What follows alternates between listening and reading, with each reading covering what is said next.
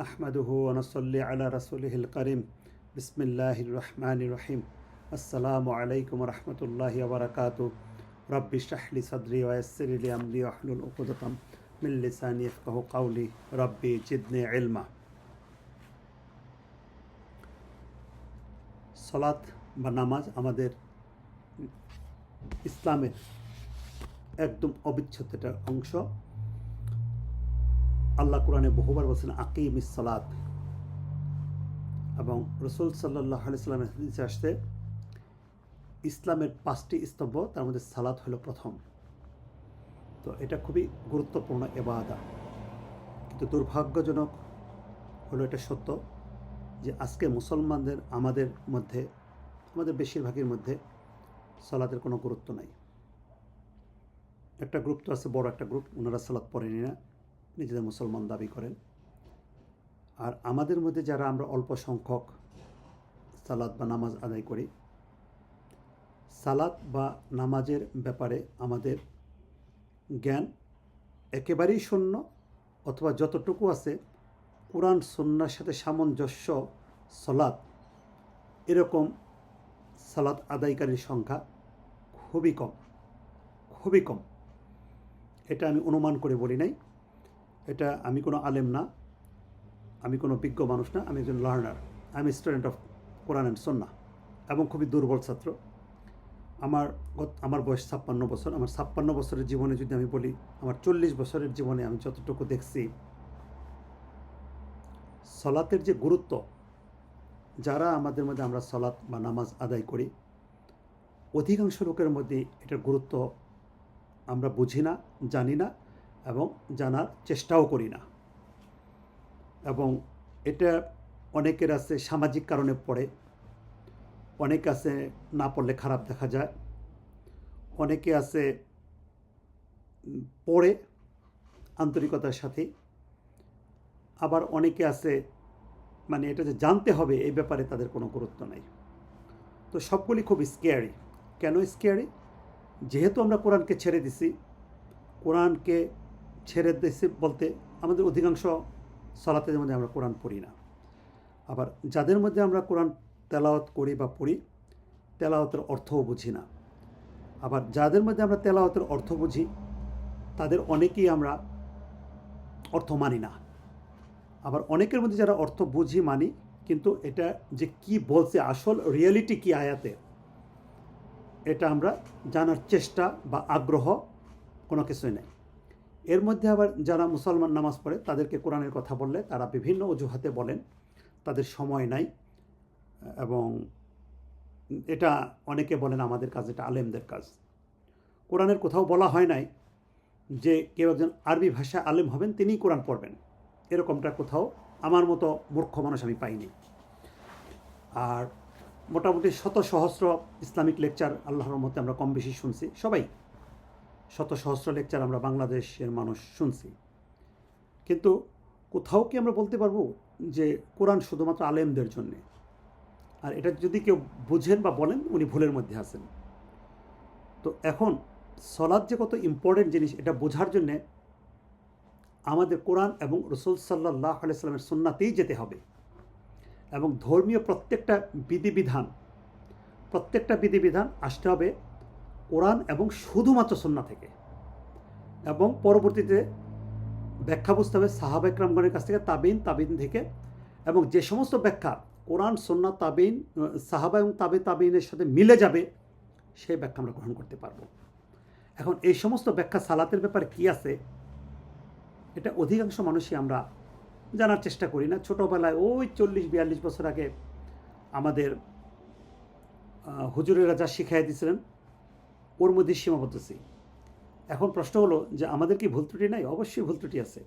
তাহলে আমি কি একটু যাচাই বাছাই করা কি আমার দরকার না? সূরা জুমারের মধ্যে আল্লাহ বলতেছেন যাচাই বাছাইয়ের ব্যাপারে, আর অন্যান্য সূরার মধ্যে আসছে। যেহেতু আমি আলেম না, আমার এত হুবহু আয়াত মনে নাই, কিন্তু এটা আছে কনফার্ম ইনশাআল্লাহ।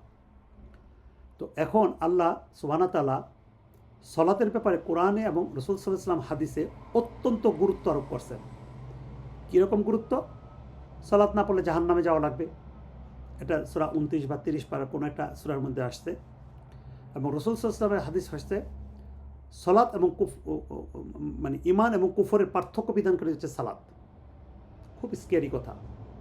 আর ইসলামে মাঝামাঝি কোনো শব্দ নাই, হয় ইমান আর না হলে কাফির মুশরিক ইত্যাদি। এখানে ইন বিটুইন কোনো চিহ্ন নাই যে এখানে মাঝামাঝি কোনো রাস্তা আছে, হয় জান্নাত নয় জাহান্নাম, এর মধ্যে কোনো রাস্তা নেই। ভালো অথবা মন্দ, হেদায়েত অথবা কুফর শিরক, এখানে মাঝামাঝি বা সফট কোনো কর্নার নাই। তো আসেন আমরা সালাতের ব্যাপারে আল্লাহ সুবহানাহু ওয়া তাআলা কি বলছেন, আর আমরা যারা জানি তারা তো আমরা জানি আলহামদুলিল্লাহ, কিন্তু যারা আমরা শিখি নাই, জানি নাই, বুঝি নাই, আমাদের অত্যন্ত গুরুত্ব সহকারে এটা জানা বোঝা দরকার। কারণ ইসলামের প্রত্যেকটা জিনিস জান্নাত এবং জাহান্নামের সাথে কানেক্টেড। যদি এটা আল্লাহ এবং রাসূল সাল্লাল্লাহু আলাইহি ওয়াসাল্লামের নিয়ম অনুযায়ী হয়ে যায় তাহলে আমরা বেঁচে যাব, আর যদি এর মধ্যে যদি কোনো ঝামেলা হয়ে যায় তাহলে বাঁচার কোনো রাস্তা থাকবে না। আর রাসূল সাল্লাল্লাহু আলাইহি ওয়াসাল্লাম বা কোরআনের মধ্যে যে সমস্ত এক্সামশনের কথা বলছে, যে যাদেরকে বোনাস দিবেন, এটা কিন্তু ইমান এবং ফরজ ওয়াজিব ইবাদত করার পরে এই এক্সামশনটা পাবেন। কিন্তু যে সালাত পরেই না, তার এক্সামশন কী হবে আল্লাহ সুবহানাহু ওয়া তাআলা ছাড়া কেউ জানেন না। তো আসেন এখানে সূরা মুমিনুন আল্লাহ 1 নম্বর আয়াতের মধ্যে বলছে কাদ আফলাহাল মুমিনুন। আল্লাহ বলছে অবশ্যই সফল কাম হয়েছে মুমিনগণ। এখন আমাদের মধ্যে আমরা অনেকেই জানি না হোয়াট ইজ দ্য মুমিন, হোয়াট ইজ দ্য ইমান, হোয়াট ইজ দ্য তাকওয়া, হোয়াট ইজ দ্য তৌহিদ, হোয়াট ইজ দ্য আকিদা। এগুলো আমরা অনেকেই জানি না, জানার চেষ্টাও করি না, বোঝার চেষ্টা করি না। কিন্তু ইমানটা এত বেশি ইম্পর্টেন্ট যেটা না বুঝলে পরবর্তী কোনো আমল অ্যাকসেপ্টেড হবে না, হবেই না।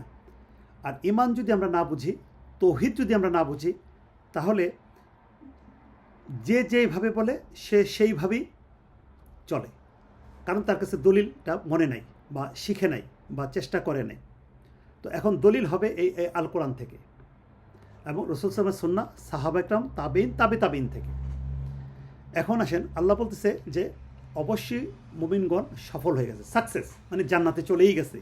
কারা? যারা মুমিন। তাহলে মুমিন হওয়ার জন্য আমাকে ঈমান আনতে হবে, ওই প্রসঙ্গে আমি গেলাম না। তো এখন সফল কাম কোন মুমিনরা হয়েছে প্রশ্ন আসে, যে মুমিন হইলে হবে না, মুমিনরা সাকসেস হয়েছে, সুবহানাল্লাহ। তার মানে মুমিনদের আবার কোয়ালিটি থাকলে, ঈমান আনার পরে কোয়ালিটি থাকতে হবে। এখানে আল্লাহ সুবহানাহু ওয়া তাআলা বলতেছেন সূরা মুমিনুনের 23 নম্বর সূরার 2 নম্বর আয়াতে আল্লাযীনা হুম ফি সালাতিহিম খাশিউন। এখানে কিন্তু সালাতের কথা আল্লাহ বলেন নাই, শুধু বলতেছেন যে যারা তাদের নামাজে ভীতি এবং অবনত, মানে অর্থাৎ অত্যন্ত ভাব গাম্ভীর্য এবং বিনয়। কথাটা আমরা খেয়াল করি যে আল্লাহ বলেন আকিমিস সালাত, যে আল্লাহ এটা বলেন নাই যে মুমিনগণ সফল হয়েছে যারা সালাত আদায় করে, এটা অন্যান্য জায়গায় বলছে, সুবহানাল্লাহ। কিন্তু এখানে আল্লাহ সুবহানাহু ওয়া তাআলা আনছেন যে যারা তাদের সালাতে বিনয়ী। আল্লাহ 7টা কোয়ালিটির কথা বলছেন এখানে ইনশাআল্লাহ, যে সাকসেসের 7টা কোয়ালিটি।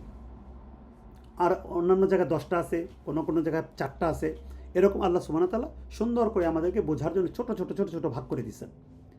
এখন এখানে আল্লাহ যারা তাদের সালাতে ভীতি এবং অবনত বলতেছেন, মানে ভাব গম্ভীর্য বিনয়, তার মানে সালাতে কোয়ালিটির কথা বলতেছেন।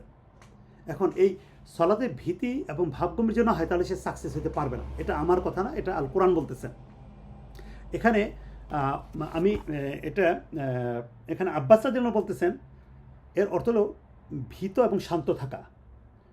ইবনে কাসির বলতেছেন শান্ত থাকা। এবং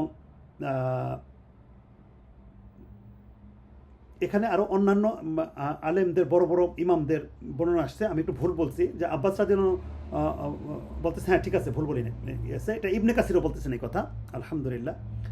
তাহলে এখন সালাতে আমাদেরকে বিনয়, খাশিঈন, এটা করতে হবে। বিনয় মানে কি এটা আমাদের বুঝতে হবে। অত্যন্ত ভদ্র, অত্যন্ত নম্র, অত্যন্ত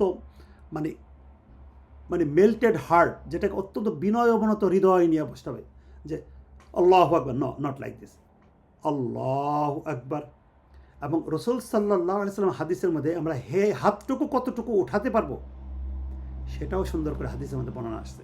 কিন্তু দুর্ভাগ্যজনক হলে সত্ত্বেও আমরা এইভাবে বলি, কিন্তু আমি অনেক অত্যন্ত ভালো ভালো আলেমের সান্নিধ্যে যতটুকু গেছিলাম, কোরআন হাদিস আমি আমার মতো মূর্খ মানুষ যতটুকু পড়াশোনা করতে পারছি, এটা কানের লতি বা এরকম কাছাকাছি একটা জায়গায় যেতে হবে। এখন নিয়ম যদি না মানি তাহলে তো বিনয় আসবে না। বিনয় আসবে তখনই যখন আমি নিয়ম মানব। সলাতের যে সমস্ত নিয়ম আছে, যে সলাতে যাওয়ার আগের প্রস্তুতি কী হবে, সলাতে মসজিদে যাওয়ার পরের প্রস্তুতি কী হবে, সলাতে ঢোকার প্রস্তুতি কী হবে, সলাৎ শুরুর প্রস্তুতি কী হবে, এই যে যে জিনিসগুলো, এগুলোর কম্বিনেশনে বিনয় আসে। এখন রাসূল সাল্লাল্লাহু আলাইহি ওয়াসাল্লাম বলতেছেন যে তোমরা দৌড়াইয়া সালাদ ধরো না। এখন আমি যদি দৌড়াইয়া সালাদ ধরি তাহলে কি এরকম করতে থাকবো আল্লাহু আকবার?